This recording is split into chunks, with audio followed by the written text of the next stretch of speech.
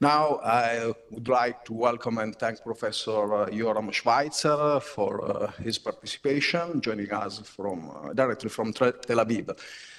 He will focus on the concept of terrorism, with particular attention to the small armies of Hamas and Hezbollah, the guerrilla warfare, and the use of civilians as a psychological tool of war, specifically Israeli and Palestinian hostages as used as human shield. Professor Schweitzer is an expert on international terrorism and the head of the INSS, the Institute for National Security Studies program on terrorism and low intensity conflict. And among other positions, he has served as a consultant on counterterrorism strategies to the Prime Minister Office and the Minister of Defense. And now, previously was head of the counter-international terror section in the IDF. Good morning, Yoram. Good morning. Thank you for having me to participating in this distinguished panel. Thank you, Dr. Bertolucci, after we have introductory conversation yesterday. I would like to speak about the strategy of armies of Terrorilla shielded by civilians as it was manifested by Hamas in the war in Gaza. Maybe I'll address, if I have time, because we have short time, I'll say a few words about Hizballah as well, which also use the same strategy. Now, we have to understand that Hamas, first few preliminary remarks. Hamas is not merely a terrorist organization. It is a hybrid movement which has become a rogue fundamentalist religious entity that controls territory, that has been using terrorism as a tool of policy since it violently took full control over Gaza in 2007. One can think of the Taliban as another example.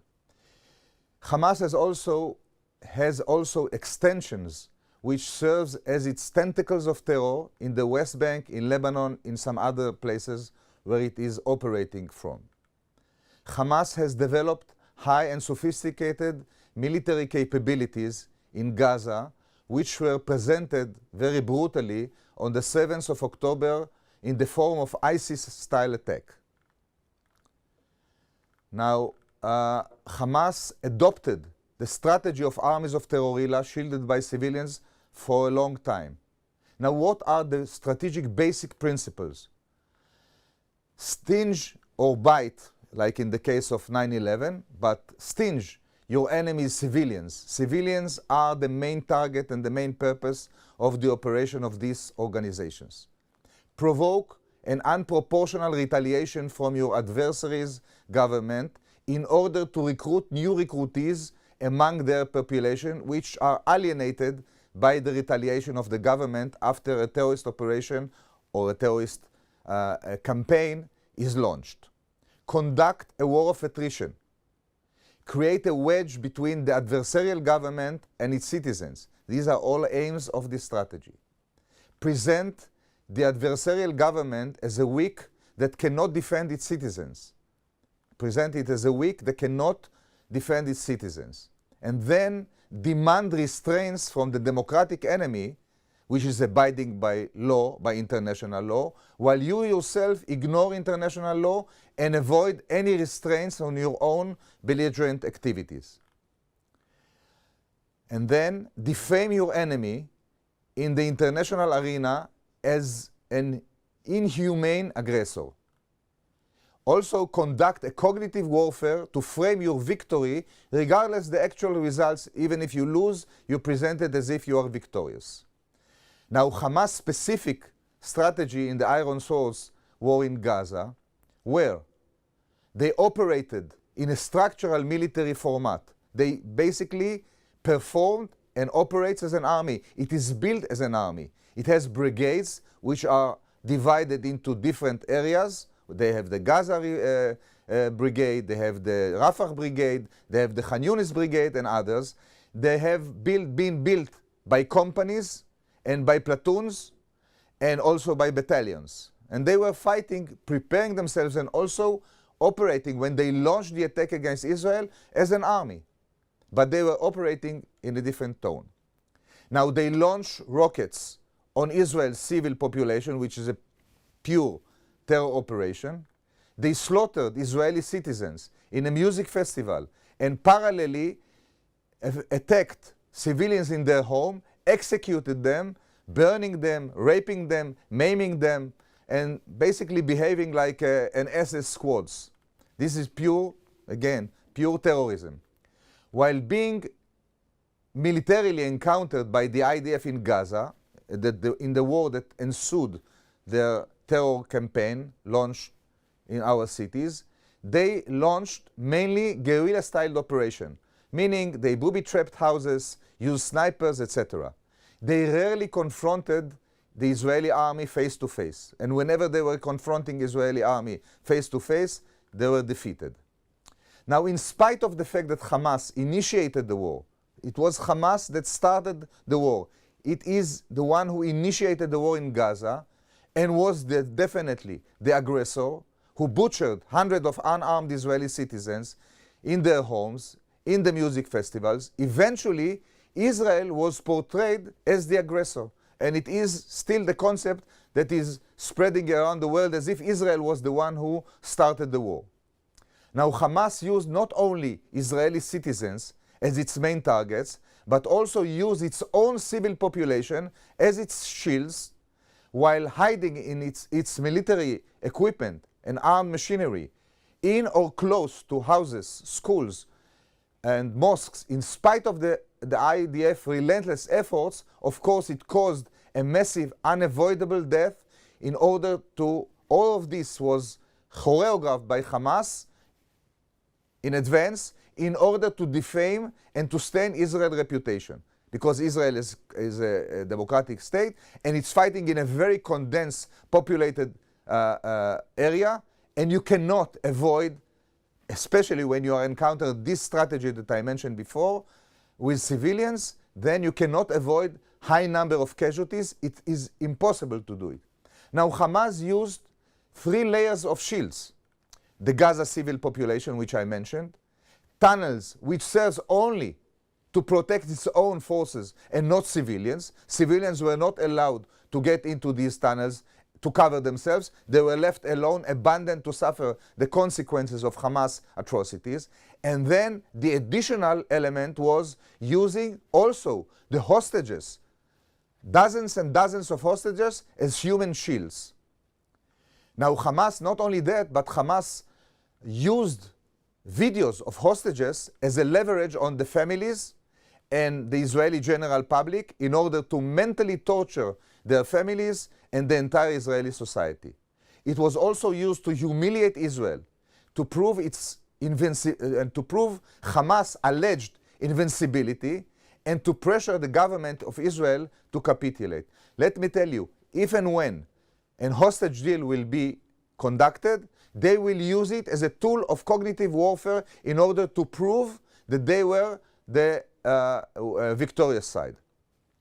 Now, Hamas has been launching a cognitive campaign along its fighting in order to inflate its successes and dilute its losses. Now, it's sure that Hamas is being crushed, not entirely, not totally, but it's crushed and it has suffered great losses, but it will definitely declare itself at the end of these operations as a victorious and will adhere to the axis of resistance which he is a part of. Now, because you are dealing with AI, I would add one dimension. I won't elaborate on it. The sophisticated technology advantages of Israel was utilized by the IDF during the Gaza operation, as was proven yesterday against Hezbollah. And in the remaining time, I would like to say a few words about Hezbollah. Now, Hezbollah is definitely much stronger than Hamas. It is operating on the same line of strategy of armies of Terrorilla that are being shielded. Of course, Hamas itself is not a sovereign entity like Hamas, but it is the pivotal player that controls Lebanon, the state of Lebanon, definitely its foreign policy and its military policy. Now, Hezbollah, as Hamas did, was the one who initiated the war against Israel.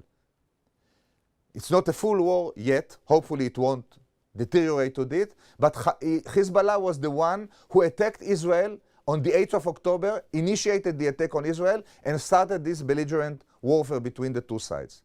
Now Hamas is much more stronger and much more sophisticated and much better equipped army of Terrorilla that is equipped and trained and financed by Iran for a long time, and this gives Hezbollah an advantage, much more stronger than Hamas.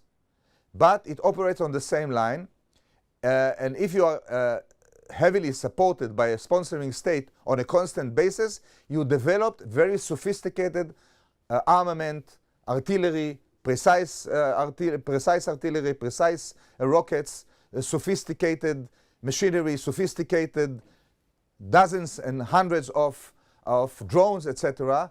And Hezbollah is built like an army, which is much more sophisticated, as I mentioned before, and much larger than Hamas. And if a war is erupted between Israel and Hezbollah, then definitely we'll see the same tactics and strategy of Hezbollah as I elaborated before on Hamas in a much larger scale, and the results will be a very devastating, much more devastating results, by the way, in both sides, in Lebanon and in Israel.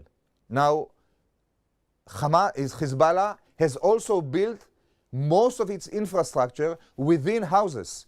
Even in south of Lebanon, when you entered Hezbollah posts or houses in southern Lebanon, you will find it turned into a fortress, a military fortress, which rockets are being concealed within the houses themselves, and they are being operated by Hezbollah. Definitely it happens in Lebanon. We know that they are using mosques, they are using stadiums, sports stadiums, they are using tunnels. Hezbollah has performed recently, as part of its cognitive warfare against Israel, just recently published how they conceal their precise heavy loaded missiles in tunnels that are being dug in under cities and villages in southern Lebanon and also in other parts of Lebanon, in the Bekaa, in Beirut and others. Now, I would address shortly what we have seen yesterday was a very technological AI operation conducted allegedly, because Hezbollah accused Israel of doing this operation. I think we will see, as we have seen in the past, the use of high intelligence, artificial intelligence in operation against our enemies. And I think that this strategy that is being conducted against Israel is intended to diminish the Israeli capabilities in order to defame Israel as the aggressor. Now we have to acknowledge the facts. The facts in this complicated world today is not a very used commodity. And they are using imagined reality. And they succeed in convincing public opinion that Israel is the one who started the war against Hamas in Gaza and then against Hezbollah in Israel. Against Hamas, of Hezbollah against Israel. Now I think in this troubled and fake news world, we need to pay attention to the strategy of these organizations, how they use civilians, how they ask for the other side to behave when they conceal themselves among civilians, how they operate, and of course the results of high number of fatalities is almost unavoidable. Now look at what happened in Fallujah, and look what happened in Mosul, and recently in Ukraine, in Behemoth, in other places. This is part of this, unfortunately, this is part of this kind of fight in a very condensed urban population and cities. Thank you very much. And unfortunately, since you are speaking in Italian, which I don't control, I will have to leave you and I won't be staying for questions and answers. Thank you very much.